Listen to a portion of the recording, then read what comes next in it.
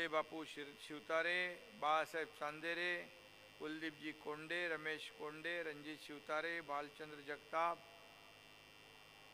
विक्रम कुटवड, बाळासाहेब गरुड, शरद डमाले, अमोल पंगारे, आनंद Deshmane, शालाकाताई Conde, राणी भोसले, विद्याताई पांगारे, प्रदीप कांबळे, दिगंबर चोरगे. आणखी व्यासपीठावर कोणी राहिले असतील ज्यांनी मला ही नावं दिली त्याची जबाबदारी आहे. सगळ्यांना व्यासपीठावरील सर्व सन्माननीय मान्यवर आणि उपस्थित महायुतीचे सर्व पदाधिकारी आणि कार्यकर्ते, बांधव भगिनी आणि पत्रकार मित्रांनो, खरं म्हणजे आजच्या महाराष्ट्र दिनानिमित्त मी आपल्याला शुभेच्छा देतो. कामगार दिनाच्या देखील शुभेच्छा देतो. आणि आज अतिशय आजच्या या मंगल दिनी आपल्या सरकारच्या महत्त्वाच्या निर्णयाची देखील अंमलबजावणी झालेली आहे. आता यापुढं शासकीय कागदपत्रात महिला भगिनी इकडे आहेत, वडिलांचं आणि आईचं दोघांचंही नाव लावलं जाणार. मुलाच्या पुढं आईचं, नंतर वडिलांचं. या महिलांचा सन्मान करणारा निर्णय आपल्या महायुतीच्या सरकारने घेतला.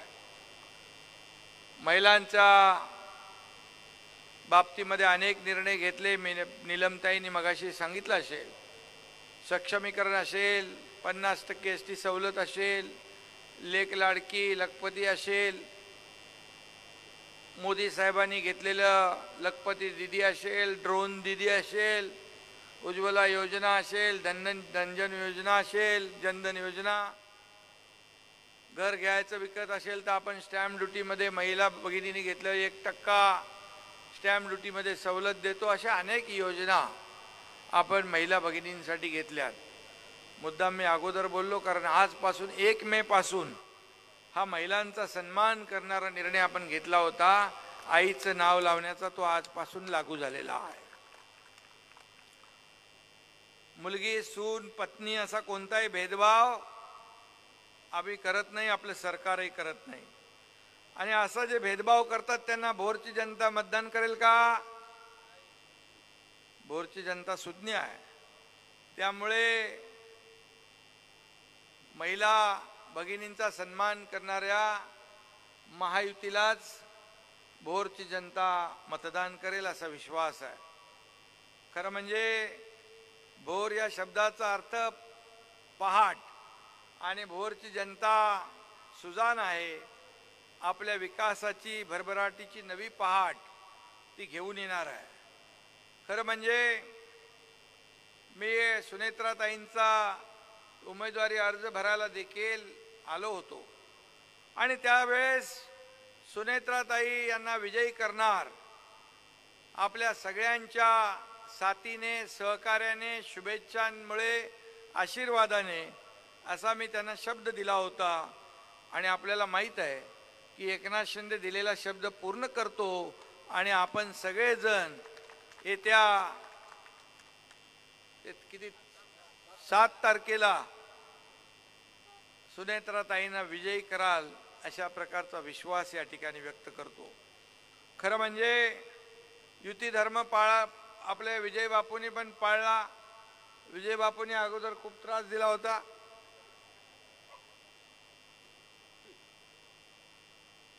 पण त्यांना सांगितलं मी, अरे बाबा आपली महायुती आहे, सगळ्या गोष्टी आपल्याला सोबत घेऊन जायचं असतं. ते त्यांना देखील आपल्या जनतेने म्हणाले उभे राहा. पण नंतर मग त्यांची गाडी पुढे गेली होती, ती मागच्या गेअरमध्ये घ्यायला लावली. आणि विजय बापू देखील युती धर्म पाळतायत. कुलदीप कोंडे आहेत आणि हे सगळे जे लोक आहेत, कुलदीप कोंडे देखील कामाला लागले आहेत. सगळे व्यासपीठावरचे आपले सगळे महायुतीचे लोक काम करत आहेत. चांदेरे असतील, सगळेच लोक, रमेश आहे, भाजपचे आहेत, राष्ट्रवादीचे आहेत, RPIचे आहेत, रासपा हे सगळे पक्ष आपल्या बरोबर आहेत. खरं म्हणजे ही आपली महायुती आहे. ही महायुती जी आहे खऱ्या अर्थाने आज आपण जी निवडणूक लढवतोय, आज सुनेत्राताईंना मत म्हणजे खऱ्या अर्थाने मोदीजींना मत आहे. आणि आपण घड्याळाला मत देतो किंवा धनुष्यबाणाला मत देतो किंवा कमळाला मत देतो, ते मोदीजींना मिळतं. याचं कारण ही देशाची निवडणूक आहे. ही कुठली जिल्हा परिषदेची निवडणूक नाही. ही खऱ्या अर्थाने आपल्या देशाच्या विकासाची निवडणूक आहे. या देशाचा नेता निवडणारी निवडणूक आहे. या देशाची प्रगती करणारी निवडणूक आहे. आणि म्हणून या निवडणुकीमध्ये आणि इतर निवडणुकांमध्ये जो फरक असतो तो या ठिकाणी आपल्याला मी सांगू इच्छितो. खरं म्हणजे आज आपण पाहतोय की सगळेजण म्हणतात फिर एक बार मोदी सरकार. आणि त्याचं कारण तसं आहे की गेल्या 10 वर्षामध्ये आपण जे मोदीजींनी काम केलं, गेल्या 50-60 वर्षामध्ये जे काम झालं नव्हतं ते 10 वर्षामध्ये केलं. आज प्रगती होतीये, देशाचा विकास होतोय, आपल्या देशाचं नाव जगभरामध्ये रोशन होत आहे, अभिमानाने घेतलं जातं.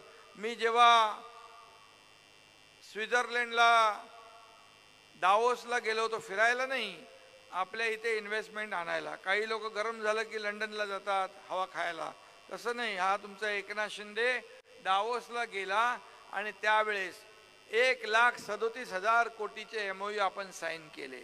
आता यावेळेस गेलो तर 3,73,000 कोटीचे MOU साईन केले. आणि असे उद्योग आपल्याकडे येत आहेत, मोठ्या प्रमाणावर महाराष्ट्राला पसंती देत आहेत. त्यामुळे आज मगाशी कोंडे बापूंनी सांगितलं की कायसे आपण कसली बात करणार नाही ना, मंदिर का मस्जिद कसली करणार, रोजगाराची. खऱ्या अर्थाने हाताला रोजगार पाहिजे आपल्या तरुणांच्या, आणि हे महायुतीचं सरकार रोजगार देणार आहे. आणि म्हणून आज अनेक ठिकाणी नवीन नवीन कंपन्या येत आहेत.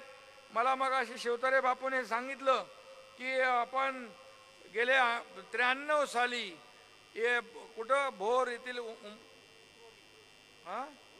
उतरोली गावामध्ये MIDCचे शिक्के मारले, परंतु अजूनपर्यंत तिथे MIDC झाली का? नाही झाली.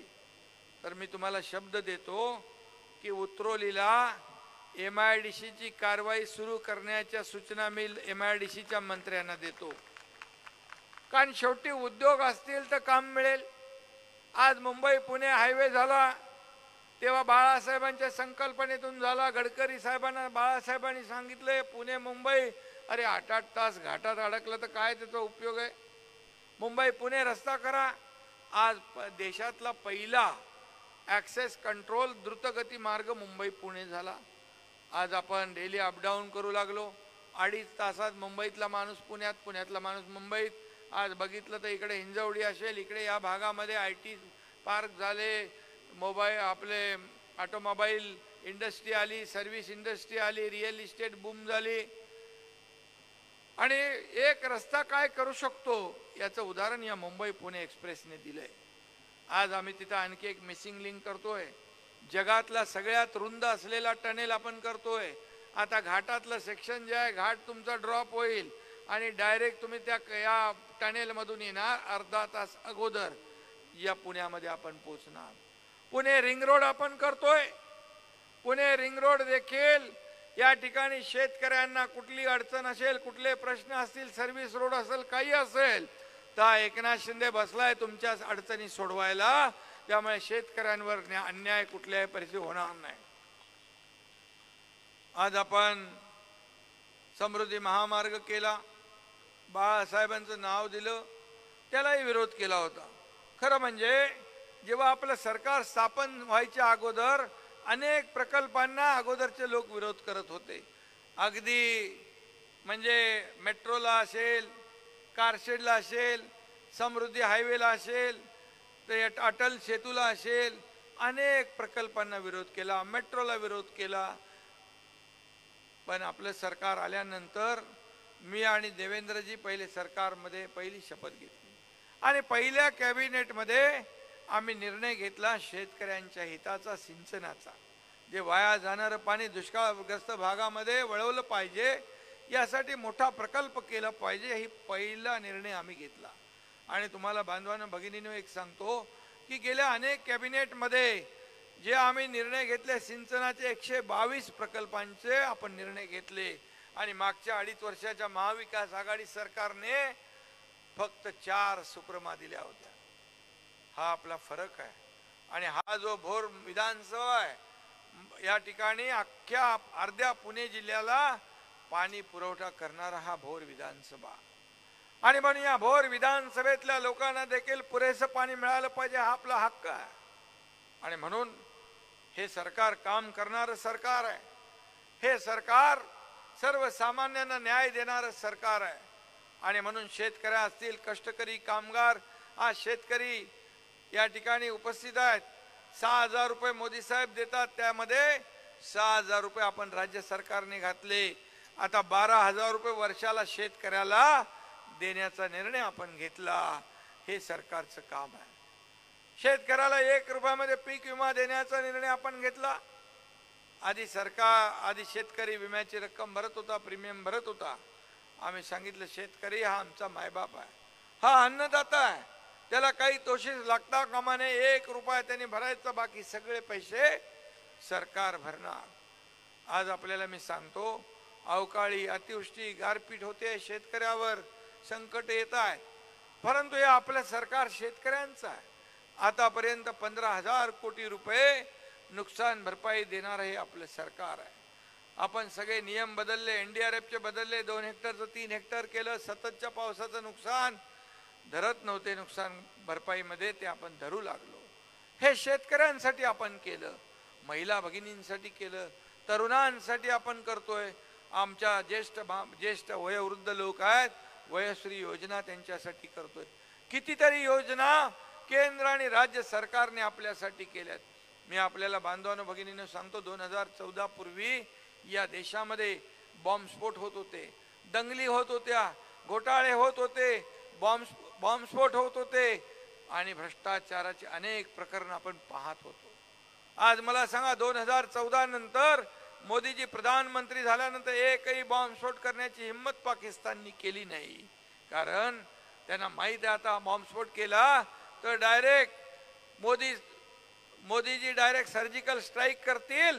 आणि ते सरळ म्हणतात, पाकिस्तानने जर आमच्यावर हमला केला त्याला घुसून मारल्याशिवाय राहणार नाही. हिम्मत दाखवणार आपलं मोदी सरकार आहे. आणि म्हणून बाळासाहेब नेहमी म्हणायचे, बे पाकिस्तान राष्ट्रपती असतील, कोणी असतील, पूर्वीचे पंतप्रधान असतील, कुणाला पाकिस्तान भीक घालत नव्हतं. फक्त एकाच नावाला घाबरत होतं, ते म्हणजे बाळासाहेब ठाकरे. आणि मग हे जी काय बाळासाहेबांचं स्वप्न होतं राम मंदिर बांधण्याचं, 370 कलम हटवण्याचं, कुणी पूर्ण केलं? आज मोदीजींनी राम मंदिर बांधलं अयोध्येमध्ये. आज करोडो राम भक्तांचं स्वप्न साकार केलं. आता काही उबाटाचे लोक टिंगल करायचे, मंदिर वही बनाएंगे, तारीख नहीं बताएंगे. मोदीजींनी मंदिर पण बांधलं, तारीख पण सांगितली, उद्घाटन पण झालं. याला म्हणतात काम. आणि म्हणून बाळासाहेबांचं स्वप्न साकार केलं, 370 कलम हटवलं. आपलं काश्मीर नंदनवन, आपण तिकडे जातो फिरायला, आज तिकडे फिरण्याची भीती होती. आज आपल्या देशाबरोबर काश्मीर आपलं आहे. ते काश्मीर आपल्यापासून हिसकावण्याचा प्रयत्न, पाकिस्तानचं हाणून पाडण्याचं काम मोदीजींनी केलं. एकीकडे बघा, जर तुलना केली तर 24/7 काम करणारा प्रधानमंत्री, आज मी पाहतोय त्यांना किती सभा घेत आहेत की पूर्ण देशभर त्यांच्या सभांना एवढा प्रचंड उत्स्फूर्त प्रतिसाद. पुण्यातली सभा आपण पाहिली. एवढं का लोकप्रिय झाले? कारण सर्व त्यांनी पूर्ण जीवन आपल्या देशासाठी समर्पित केलं. 10 वर्षात एकही सुट्टी न घेणारा प्रधानमंत्री आपल्याला लाभला आहे. आणि दुसरीकडे थोडं गरम झालं, उन्हाळा उकाडा आला की थंडगार हवा खायला जाणारा, परदेशात जाणारा राहुल गांधी आपण पाहिला. आणि तिकडे जाऊन आपल्या देशाची बदनामी करायची, प्रधानमंत्र्याची बदनामी करायची, ही कसली देशभक्ती? आणि म्हणून जर कोणाला स्वप्नात जरी विचारलं तरी सुद्धा तुम्हाला प्रधानमंत्री कोण पाहिजे, प्रधानमंत्री कोण पाहिजे, तर काय म्हणणार लोक? कोणाचं नाव घेणार? आवाज बारीक झालाय. मोदीजींचं नाव घेणार, कारण मोदीजी त्यांच्या नसा नसा देशभक्ती राष्ट्रभक्ती भिनलेली आहे. आणि म्हणून जे मोदीजींनी तर चांद्रयान लॉन्चिंग केलं यशस्वी चंद्रावर, काँग्रेस राहुल गांधींचं लॉन्चिंग गेले 50 वर्ष करते पण लॉन्चिंगच होत नाही. हा फरक आहे, हा नेतृत्वातला फरक आहे. आणि म्हणून आपल्याला ही निवडणूक देशासाठी आहे. आणि म्हणून आपल्याला मी सांगतो की काही लोक राम राम म्हटलं की त्यांना मिरच्या लागतात, रामाच्या सैन्याने जय श्रीराम म्हटलं की रावणाच्या सैन्यातील राक्षसांना राग यायचा, तसा राग काही लोकांनी यायला लागलाय. आता बदललंय सगळं. आणि पण राम नाम घेतल्याशिवाय परमार्थ मिळत नाही हे आपल्याला माहीत आहे. आणि आता म्हणतो आपण, जो राम का नहीं वो किसी काम का नहीं. आणि म्हणून या सगळ्या गोष्टी ज्या आपण करत असलो तरी सुद्धा शेवटी विकासाला महत्त्व दिलं पाहिजे, लोकांच्या हाताला काम मिळालं पाहिजे. आणि खऱ्या अर्थाने आज आपल्याला त्याच्यावरच आपण निवडणूक लढवतोय. आज पाहिलं आपण की या देशामध्ये जे मगाशी मी म्हटलं 50-60 वर्ष जे काम झालं नाही, खऱ्या अर्थाने त्यांच्याकडे ना नीती आहे, नियत आहे, ना काही आहे, निर्णय आहे. आज त्यांच्याकडे कट, कमिशन आणि करप्शन, दुसरीकडे नेशन फर्स्ट, अशा प्रकारची जी काही भूमिका मोदीजींनी घेतली आहे, त्यामुळेच या राज्यामध्ये देखील आपण पाहतो आमचं युतीचं सरकार होतं. अजितदादा सोबत आले. अजितदादांनी नरेंद्र मोदीजींच्या नेतृत्वावर विश्वास ठेवला. या राज्यामध्ये जे काम सुरू आहे, त्या विकास सुरू आहे, त्याला पाठिंबा दिला, साथ दिली. आणि म्हणून आज सरकार मजबूत झालं. अनेक लोक सांगायचे आज सरकार पडणार, उद्या पडणार, परवा पडणार. सरकार काय पडलं नाही, सरकार मजबूत होत गेलं. मग नंतर नवीन टूम काढली, आता मुख्यमंत्री बदलणार, मुख्यमंत्री बदलणार. पण हा एकनाथ शिंदे तुमच्यातला एक साधा मुख्यमंत्री आहे. या शेतकऱ्याचा मुलगा आहे, सर्वसामान्य कुटुंबातला आहे. मी जमिनीवरचा कार्यकर्ता आहे. मी आज मुख्यमंत्री म्हणून जरी बोलत असलो तरी सुद्धा मी कार्यकर्ता म्हणूनच काम करतोय. कालही कार्यकर्ता म्हणून काम करत होतो, आजही कार्यकर्ता म्हणून काम करतोय आणि उद्याही मी कार्यकर्ता म्हणून काम करणार आहे. माझ्या डोक्यामध्ये मुख्यमंत्री पदाची हवा नाही. माझ्या डोक्यामध्ये कट कारस्थान करून आपल्याच लोकांना संपवायचा घाट घालण्याची वृत्ती माझी नाही. आणि म्हणून जे काय झालं, अजितदादा का बाहेर पडले हे आपल्या सगळ्यांना माहीत आहे. जेव्हा जेव्हा संधी आली अजितदादांना काय देण्याची, तेव्हा तेव्हा त्यांना दाबण्यात आलं. असं तिकडे उभाटात देखील झालं. अरे सर्वसामान्य कार्यकर्ता जेव्हा मोठा होतो, मास लीडर होतो, तेव्हा मग नेतृत्वाला भीती वाटते. परंतु पक्ष मोठा करायचा असेल तर कार्यकर्ते मोठे केले पाहिजेत. कार्यकर्ते मोठे झाले तर पक्ष मोठा होतो. आणि म्हणून आज आपली जी काही महायुती झालेली आहे, ही महायुती विकासाचा अजेंडा घेऊन पुढे चाललेली आहे. आणि म्हणून आज मी आपल्याला एवढंच सांगतो की येणाऱ्या 7 तारखेला आपल्याला सुनेत्राताईंना मतदान करायचं आहे आणि त्यांना निवडून तर पाठवायचंच आहे, परंतु त्याचबरोबर मोदीजींचे हात देखील बळकट करायचे आहेत. मी आपल्याला हेही सांगू इच्छितो, काही लोक आता त्यांच्याकडे मुद्दे नाही आहेत, मग म्हणतात जर 400 पार आले तर संविधान बदलणार. अरे बाबासाहेबांचं संविधान, बाबासाहेबांनी घटना लिहिली. आज या ठिकाणी मोदीजींनी स्वतः तोंडून सांगितलंय की बाबासाहेबांचा पराभव कोणी केला तर काँग्रेसने बाबासाहेबांना पराभूत केलं. बाबासाहेब सांगायचे काँग्रेस हे जळक घर आहे, याच्यापासून लांब राहा. बाबासाहेबांचा वारंवार अपमान करण्याचं काम काँग्रेसने केलं.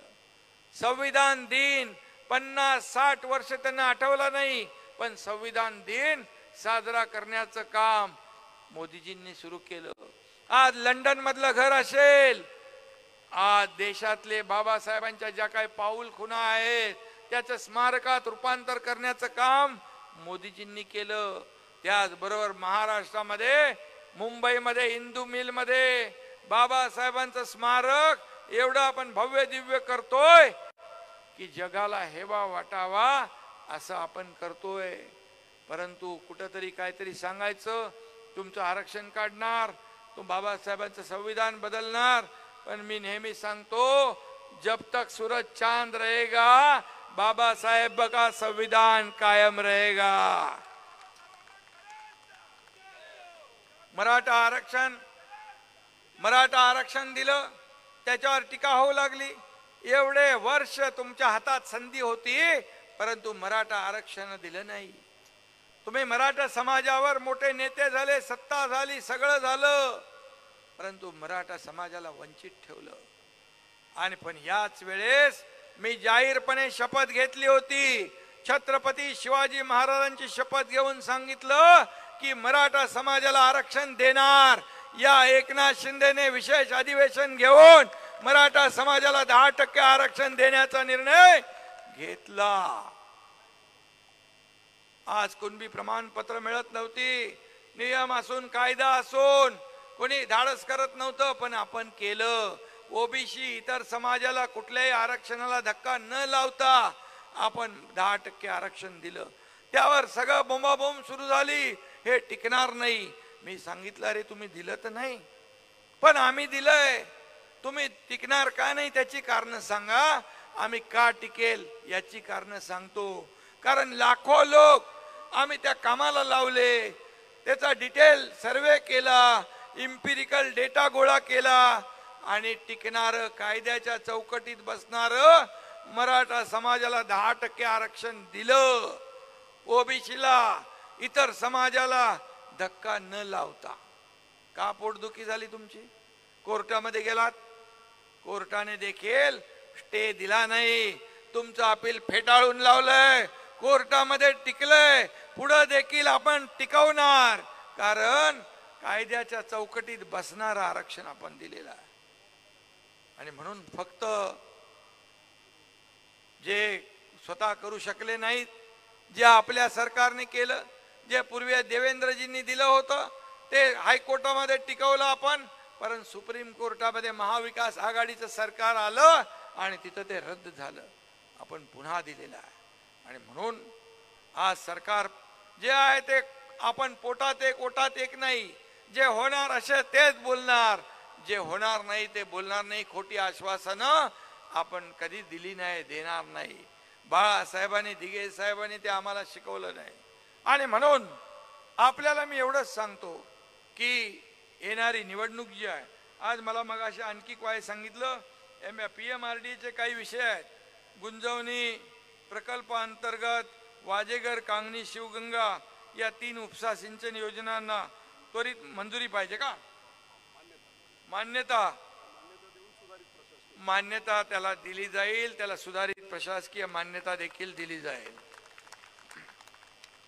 PMRDतले काही घरं आहेत त्यांचा विषय आहे, काही रस्ते बांधायचे आहेत, PMRD माझ्याकडे आहे. त्यामुळे हा एकनाथ शिंदे तुम्हाला जे PMRDच्या माध्यमातून काय पाहिजे ते दिल्याशिवाय राहणार नाही, हा देखील शब्द मी आपल्याला देतो. कुठलाही अन्याय, हे सरकार कुणासाठी आहे? अन्याय करायसाठी? हे अन्याय दूर करण्यासाठी सरकार आहे. लोकांचा आवाज ऐकणारं सरकार आहे आणि ऐकून निर्णय घेणारं सरकार आहे. पूर्वी सुनावणी नव्हती, सुनवाई नव्हती, भेटणं तर दूर, ऐकणं तर दूर. घरात बसून सरकार राज्य चालवता येत नाही. फेसबुक लाईव्ह वरून सरकार चालत नाही. उंटावरून शेळ्या हाकता येत नाहीत. त्याला फेस टू फेस काम करावं लागतं, ग्राउंडला उतरून काम करावं लागतं, शेतकऱ्यांशी संवाद साधावा लागतो, बांधावर शेतावर जावं लागतं. अरे हा शेतकऱ्याचा मुलगा तुम्हाला मुख्यमंत्री झालेला पचनी पडत नाही तर म्हणतो हेलिकॉप्टरने जातात शेती करायला, मी काय गाडी चालवत जाऊ 8 तास? अरे मी 8 तासामध्ये 10,000 फाईल सह्या करतो. 10,000 फाईल सह्या करतो. माझा एक मिनिट मी सत्कारणी लावतो. आता मी गावी गेल्यावर मी शेतकरी आहे, शेतीकडे आपोआप माझे पाय वळतात, मग तिथं पण पोटदुखी. अजून पर्यंत मुख्यमंत्री बदललाय, मुख्यमंत्री एकनाथ शिंदे झालाय, हे पचनीच पडत नाही. कधी संविधानिक सरकार का असंवैधानिक म्हणतात, कधी घटनाबाह्य म्हणतात, कधी सरकार पडणार म्हणतात. अरे तुम्ही काय काय म्हटलं तरी सुद्धा सरकार काम करतंय. एवढे लोक आम्ही जर निर्णय जो घेतला, मगाशी शिवतरे बापूंनी सांगितलं उठाव केला. उठाव करण्याचं कारण एवढंच की या सरकारने पूर्ण ठप्प करून ठेवलं होतं. हे पूर्ण महाराष्ट्र नैराश्याच्या गर्तेत गेला होता. निगेटिव्हिटी होती. सण उत्सव परंपरा सगळं बंद, सगळे प्रकल्प बंद. म्हणून आम्ही उठाव केला. बाळासाहेबांच्या विचारांची प्रतारणा केली. बाळासाहेबांच्या विचारांना धोका दिला. या महाराष्ट्रातल्या जनतेला धोका दिला. म्हणून सत्ता सोडून आम्ही पाय उतार झालो. एवढं धाडस, हिम्मत मनगटात असावी लागते. ती एकनाथ शिंदेने दाखवली. म्हणून तर आता सरकार चालू लागलं, सरकार बोलू लागलं, विकासाचे प्रकल्प सुरू झाले. आणि म्हणून मी आपल्याला सांगू इच्छितो, कुठल्याही भूल थापांना आपण बळी पडू नका. आपण सगळे सुज्ञ आहात. आणि येणाऱ्या जे काही आपण निवडणूक ही लढवतोय, ही निवडणूक कुठलीही निवडणूक कुठली परिवारवादाची नाही. याला रंग देण्याचा प्रयत्न लोक करतील, परंतु आपण सगळे सुज्ञ आहात. आपल्याला विकास पाहिजे. कुलदीप कोंडे म्हणाले, इथं हाताला काम पाहिजे, पोटाची खळगी भरायला रोजगार पाहिजे. आणि ते सरकार, हे सरकार देणार आहे. हे घेणार नाही, हे जमा करणार नाही, हे दोन्ही हाताने देणार आहे. तुम्ही एक हाताने द्या, आम्ही दोन हाताने देऊ. हे सरकार महायुतीचं आहे. हे गोरगरिबांचं सरकार आहे. माझ्या माता भगिनींचं सरकार आहे. माझ्या शेतकऱ्यांचं सरकार आहे. माझ्या कष्टकऱ्यांचं सरकार आहे. आणि म्हणून मी आपल्याला सांगतो, मी आता इथं मुख्यमंत्री म्हणून बोलतोय. उद्या समोरचा एक कोणी कर्तृत्व गाजवून, कर्तृत्व करून, काम करून, मोठा होऊन इथे येऊन जर मुख्यमंत्री म्हणून बोलू लागला तर सगळ्यात जास्त आनंद या एकनाथ शिंदेला होईल. हेही मी आपल्याला सांगतो. कुणाची जागीरदारी नाही. जो काम करेगा वो आगे बढ़ेगा, असा आपला पक्ष आहे. आपल्या पक्षामध्ये कोणी मोठा नाही, छोटा नाही, मालक नाही, नोकर नाही. परंतु तुम्हाला मी सांगतो, बाळासाहेब आपल्या सहकार्यांना सवंगडी समजायचे. नीलमताई इकडे आहेत, शिवतरे बापू पण आहेत, कुलदीप पण आहेत, सगळे लोक आहेत, रमेश आहे, सगळ्यांना माहित आहे, चांदेरे आहेत, तिकडे ढमाले पण आहे, तो बी आपला जुना माणूस आहे. आणि म्हणून बाळासाहेब सवंगडी समजायचे. परंतु हे आपल्या सहकार्यांना घरगडी समजू लागले, मालक आणि नोकर समजू लागले. असा पक्ष मोठा होत नाही. आणि म्हणून आम्ही उठाव केलाय. आणि उठाव केला तो लोकांनी उचलून धरला. जर आम्ही चुकीचं पाऊल उचललं असतं तर एवढ्या मोठ्या संख्येने तुम्ही आलाच नसता. तुम्ही आमच्याकडे पाठ फिरवली असती. जिकडे आम्ही जातोय तिकडे लोक उत्स्फूर्तपणे स्वागत करताय. कारण सर्वसामान्यातला एक मुख्यमंत्री झाला. कधी उपलब्ध असणारा मुख्यमंत्री झाला, कधी भेटणारा मुख्यमंत्री झाला. वर्षा निवासस्थान सरकारी पहिला इतिहास बघा आणि आताच बघा. आणि म्हणून मी आपल्याला एवढंच सांगतो, हे सर्वसामान्यांचं सरकार, सर्वसामान्यांना न्याय देणारं सरकार आहे. जे 50-60 वर्षात नाही झालं ते मी जबाबदारीने आपल्याला सांगतो. या तुमच्या विधानसभा भोर तालुक्यामध्ये, या बारामती लोकसभा मतदारसंघामध्ये अजितदादांनी देखील खूप कामं केली आहेत. अजितदादांनी देखील विकासाच्या बद्दल सकाळी लवकर उठून काम करतात. मी पहाटेपर्यंत करतो, अजितदादा पहाटेला सुरू करतात, देवेंद्रजी दिवसभर करतात. म्हणजे बघा, हे 24/7 सरकार आहे. 24/7. पूर्वीच्या सरकारमध्ये मला वाटतं मंत्रालयात बापू किती वेळा आले होते? 2.5 दिवस आले मंत्रालयात. असं काय होतं काय? सरकार चालतं? पवार साहेबांनी त्यांच्या पुस्तकात पण लिहून ठेवलंय ना काहीतरी.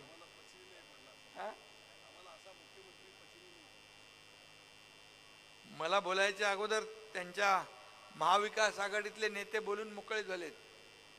आणि म्हणून तुम्हाला एवढीच विनंती आहे, ही देशाच्या विकासाची निवडणूक आहे. मोदीजी प्रधानमंत्री होणारच आहेत, देशातल्या जनतेने ठरवलेलं आहे. परंतु आपला बारामती लोकसभा मतदारसंघ वंचित राहता कामा नये आणि म्हणून बारामती लोकसभा मतदारसंघातून खासदार गेला पाहिजे. त्यांचे मोदीजींचे हात बळकट करायला पाहिजे, कारण केंद्राकडून देखील आपल्याला निधी मिळतो. आज मला अनुभव आहे की आम्ही पाठवलेले प्रस्ताव एकही कट न करता, कपात न करता तसेच्या तसे मंजूर करून पाठवतात. मग रस्ते असतील, रेल्वे असेल, मेट्रो असेल, अनेक आपले प्रस्ताव गेले आणि अनेक प्रकल्पामध्ये सिंचनाचे प्रकल्प असतील. आणि म्हणून केंद्र आणि राज्य सरकार हे डबल इंजिनचं सरकार जेव्हा काम करतं तेव्हा लोकांना न्याय मिळतो. आणि म्हणून या सर्व 400 मध्ये आपके बार 400 पार जो नारा आहे त्याच्यामध्ये आपला बारामतीचा खासदार देखील हात वर करायला तिकडे पाठवला पाहिजे, ही विनंती आपल्याला मी करायला आलेलो आहे. आणि म्हणून ही निवडणूक नात्या गोत्याची नाही, ही निवडणूक परिवारवादाची नाही, ही निवडणूक फक्त आणि फक्त विकासाची आहे. ही निवडणूक देशाच्या प्रगतीची आहे. ही निवडणूक मोदीजींना पुन्हा प्रधानमंत्री बनवण्याची आहे. ही निवडणूक देशाच्या अभिमानाची आहे. आणि म्हणून आपण येत्या 7 तारखेला घड्याळासमोरचं बटन दाबून सुनेत्राताईंना प्रचंड मताधिक्याने विजयी करा, एवढी विनंती आपल्याला मी करायला आलोय. धन्यवाद. जय हिंद.